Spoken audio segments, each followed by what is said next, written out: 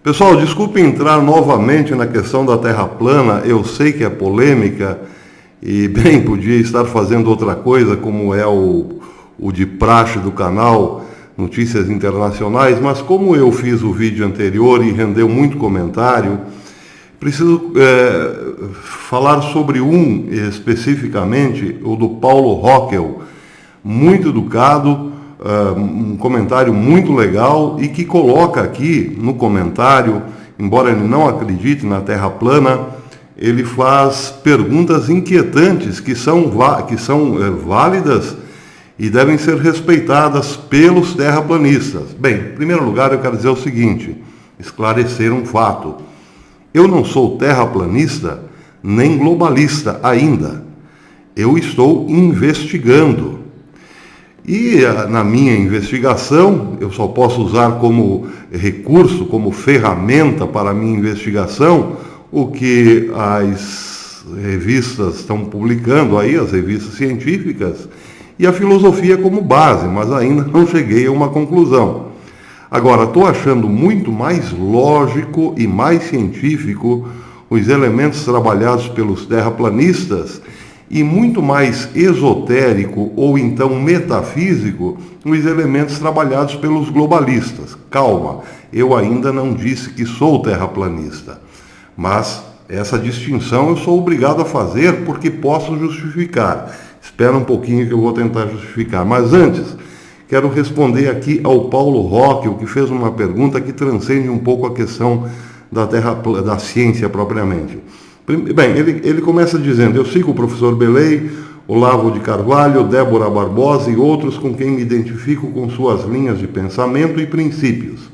São pessoas admiráveis, muito obrigado pela parte que me toca, com inteligência e preparos excepcionais, dignas de admiração e respeito. Muito obrigado novamente, Paulo. Mas, quanto à simples admissão da possibilidade da Terra ser plana, me causa espanto. Como pode? O que vemos no céu? Os planetas são esféricos, o Sol, a Lua, o eclipse da Lua. Por certo, ao admitir que a Terra pode ser plana, põe-se em dúvida também todas as conquistas da humanidade nas viagens espaciais. Bom, aqui já é outro problema. Primeiro problema, ele diz o seguinte, bom, eu olho aí para fora e tudo é bola. A Lua é bola, o Sol é bola, Marte é bola. Como que poderia, só a Terra não seria exatamente uma bola? Bem, esse argumento, essa comparação, ela não é válida porque, veja, seria mais ou menos o seguinte, seria como mais ou menos dizer o seguinte, eu olho aí para fora e vejo o cachorro, o cavalo, a vaca, nenhum deles é racional. Como pode que o ser humano então seja racional? É basicamente isso. Porque, vejam, levando em consideração que o homem transcende a animalidade, embora seja animal, nós podemos usar também esse argumento para a questão da Terra plana. A Terra, ela é diferente de tudo, pode ser diferente de tudo, justamente para comportar o animal diferente de todos os outros. Se a gente vai lá na Bíblia, a gente vai ver que o animal humano, ao receber o Espírito Divino, ele também passa a ser espiritual, racional. O ser humano, aí vai dizer Edith Stein, a Santa Teresa, depois de convertida, a filósofa Edith Stein, entrou para um convento, mudou de nome e depois foi canonizada, Santa Teresa. Bem, Santa Teresa dizia que o ser humano, ele é matéria, corpo, né, animalidade, mas é alma e também espírito.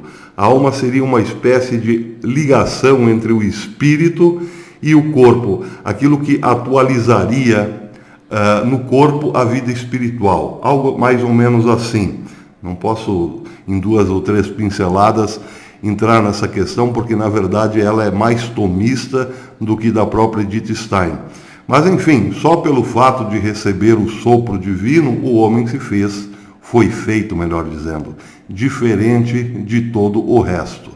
Seria natural, já que Deus teve um cuidado tão especial pelo homem, a ponto de ele mesmo entrar na história e na humanidade, ao ponto de ele mesmo se fazer homem, que construísse a sua casa diferente de todas as outras que estão por aí. Claro que esse argumento foge à ciência, nós já estamos entrando em outra esfera, mas a estrutura de raciocínio é válida. É como dizer, bom, se eu vejo tudo por aí, né, sem razão, sem a racionalidade humana, eu não vejo, por exemplo, os cachorros construindo biblioteca, deixando heranças culturais para outros cachorros, ou seja, fazendo civilização. E está cheio de cachorro por aí, nenhum deles é racional. Está cheio de vaquinha por aí, nenhuma delas é racional. Pô, mas então não é possível que só o homem seja racional.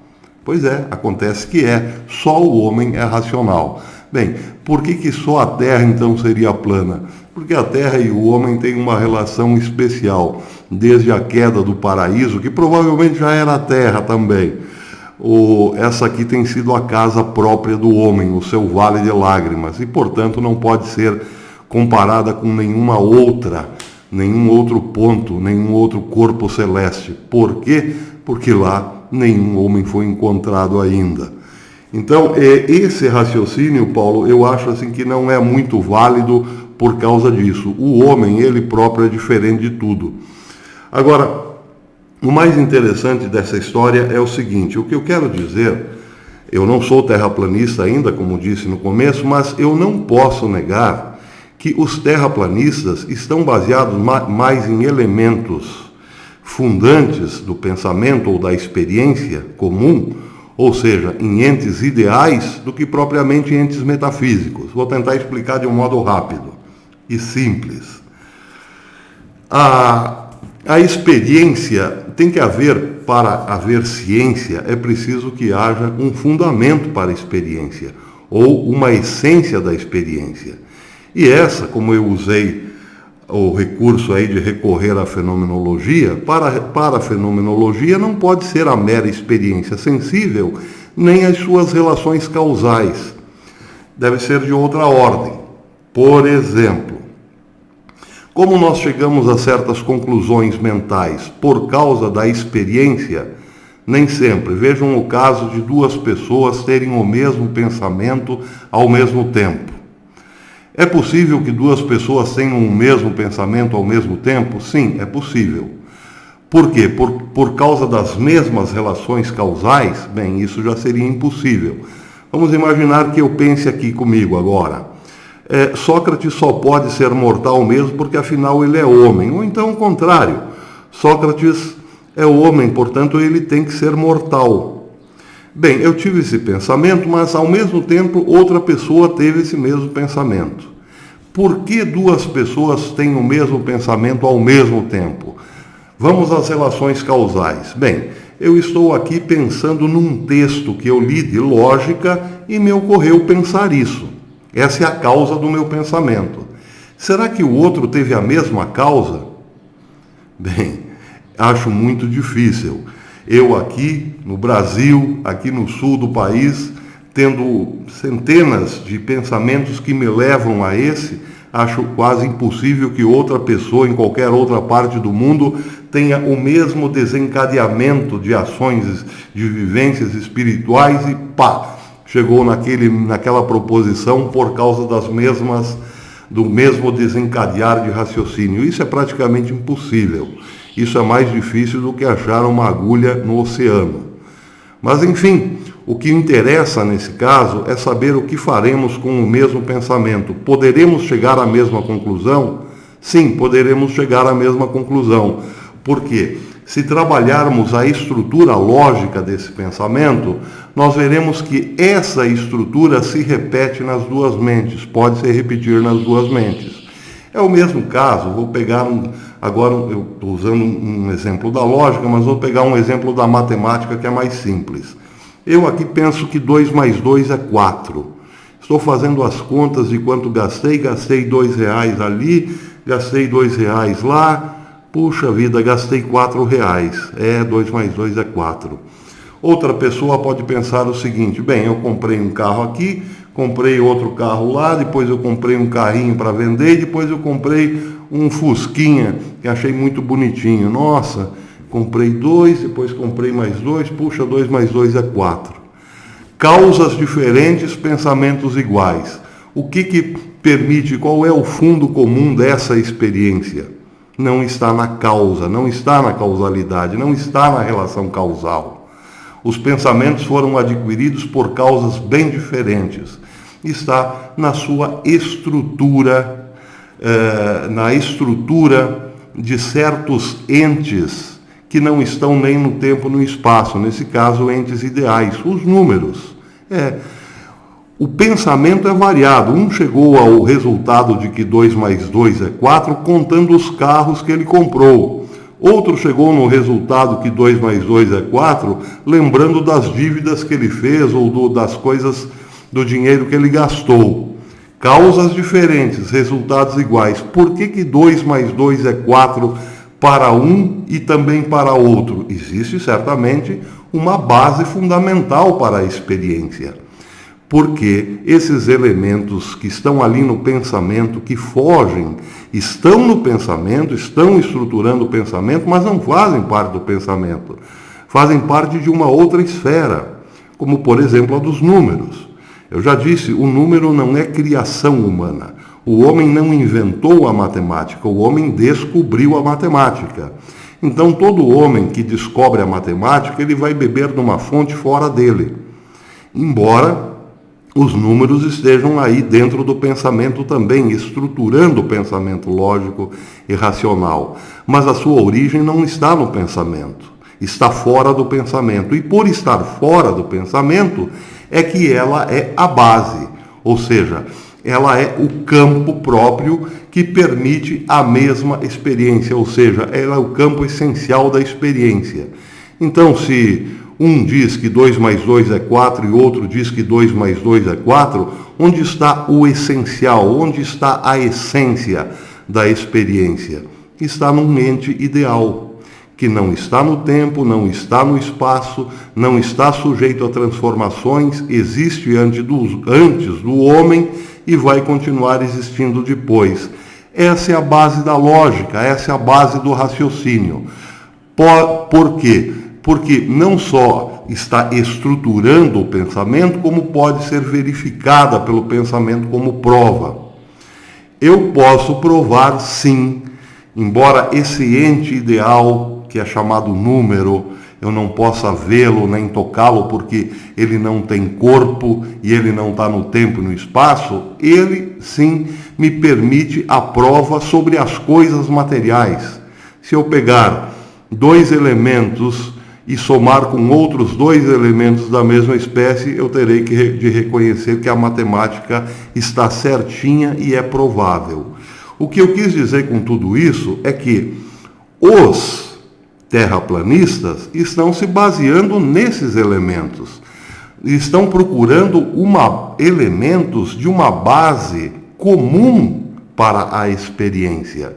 Quais são esses elementos? São elementos lógicos. São elementos matemáticos, são entes ideais. Por exemplo, se a água é plana, é sinal de que em nenhum ponto há curvatura. Pois bem, do outro lado, teríamos que dizer o seguinte: se a Terra fosse um globo, a água teria curvatura. Só que aí acontece um problema. Se há uma curvatura, no vértice dessa curvatura não pode ter água. Nem poderia ter água depois do vértice. Por quê? Porque a água, pela lei chamada lei da gravidade, teria que descer. Descer para onde? Então vejam, voltando à questão da Terra globo, o que foge à lógica é a tal da teoria da gravitação, que é ainda puramente metafísica. Porque vejam, vamos imaginar que isso aqui seja um globo. Se é um globo, tem água em cima, tem água dos lados e tem água embaixo. O que segura essa água? Por que a água que está embaixo simplesmente não desaparece no abismo cósmico? Por que ela está ali? Ah, professor, por causa da lei da gravidade. Bem, se é por causa da lei da gravidade, então a lei da gravidade tem que explicar Por que eu consigo jogar um objeto para cima? Porque se a lei da gravidade é tão forte, capaz de segurar a água dos oceanos, ela teria que exercer uma massa violenta sobre qualquer objeto. Eu mesmo não poderia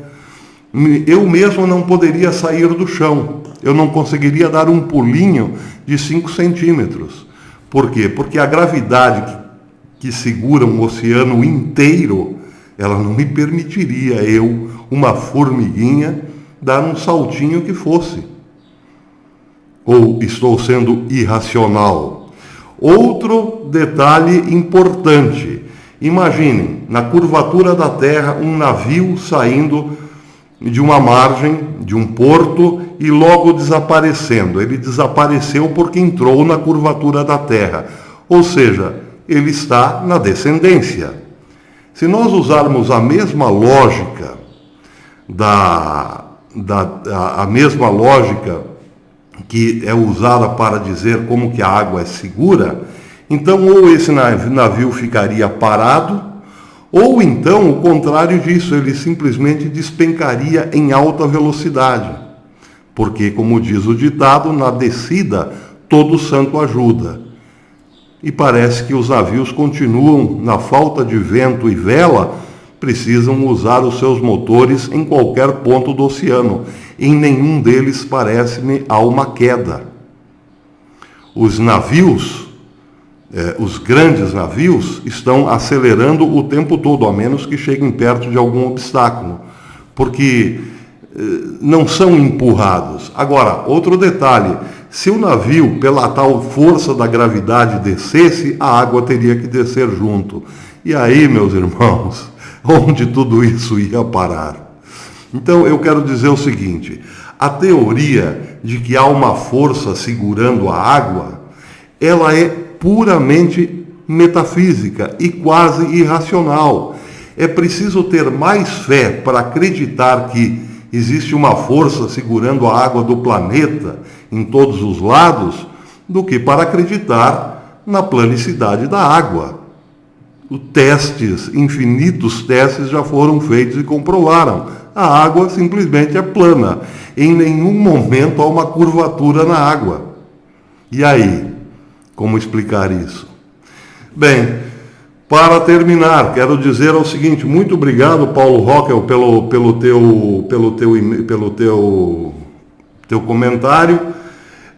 Não estou respondendo para provar que a Terra é plana, estou apenas dizendo o seguinte, que no meu entender, hoje, há muito mais lógica nos terraplanistas que estão buscando um elemento dentro de um chamado, vamos pegar aí o que Russell chama de intencional, uma intencionalidade que faz parte de uma base comum da experiência, ou seja, um elemento puramente racional e científico, do que os globalistas, que tentam sustentar uma ideia de que tudo está mais ou menos no seu lugar por causa da chamada força da gravidade, mas não conseguem dizer o que é a tal força da gravidade e por que ela é autocontraditória.